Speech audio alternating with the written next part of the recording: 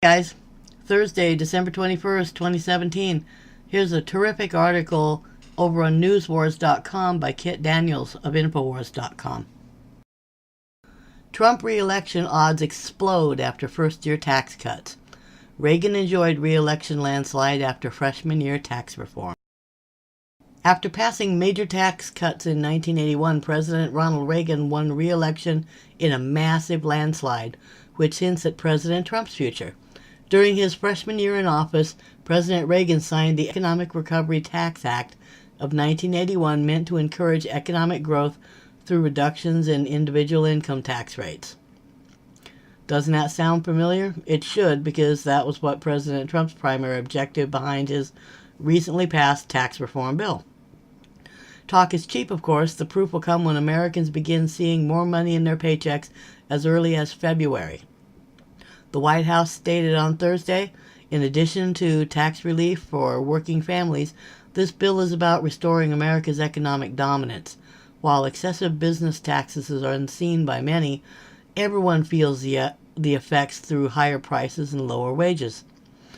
And I'm imagining that maybe this year, the people on Social Security and disability and stuff will get some kind of cost of living wage raise, rather than the $1 and $2 that everybody got for the last 8 or 9 years.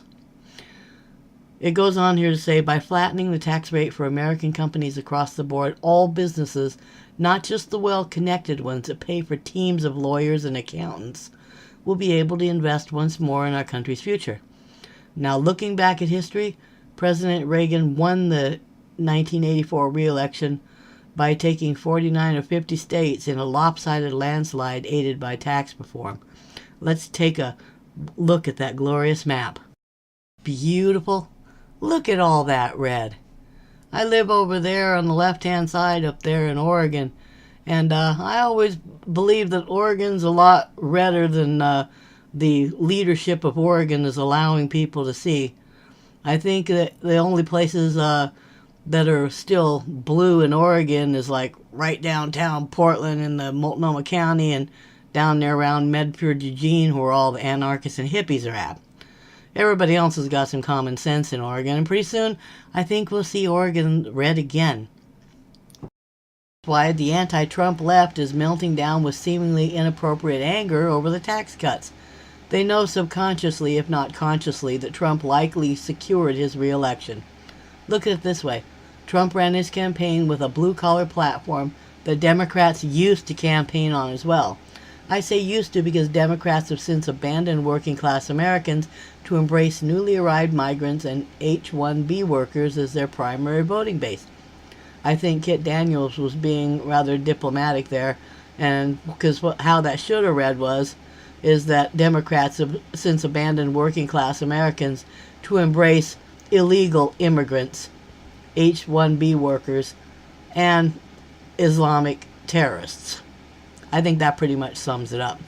When you add in the gays and the, other radicals, feminists, and blah, blah, blah, that's about what the base is for the Democrats these days is. The misfits. It goes on to say, and what did Trump just do? He proved to his working class voters that their belief in him was well-founded. He validated their hopes as being tangible. And, of course, he put a couple $100 back in their pocket monthly by using tax cuts.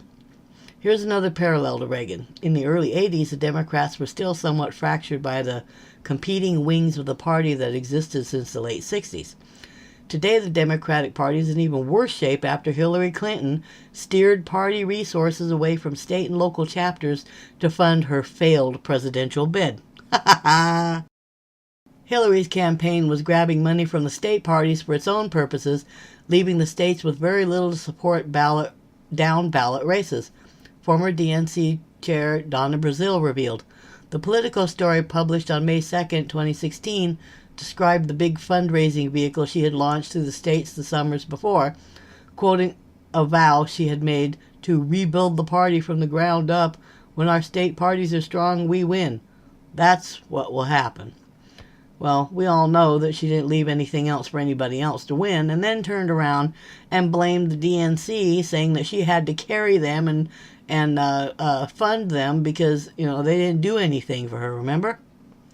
It says here, yet the states kept less than half of 1% of the $82 million they'd amassed from the extravagant fundraisers Hillary's campaign was holding.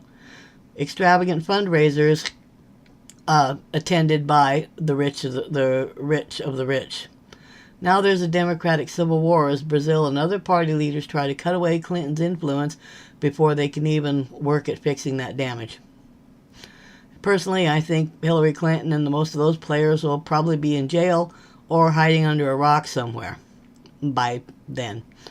But given these circumstances, here's a likely scenario for the 2020 election. The Democrats will run an anti-Trump campaign regardless of their candidate that will only push people towards Trump as they remember what he's actually done for them and for the country. And he's done a whole lot more than just put money in our pockets. He's also going after the top tier of the cabal. He's taken down the swamp, and he's freeing the United States from the terrible satanic Luciferian grip that we've been under. So I can't praise President Trump enough. And this article is rather neutral, but I'm afraid if I wrote it, it would not be. So you guys have a very Merry Christmas and a Happy New Year. And that's all I got. Bye-bye.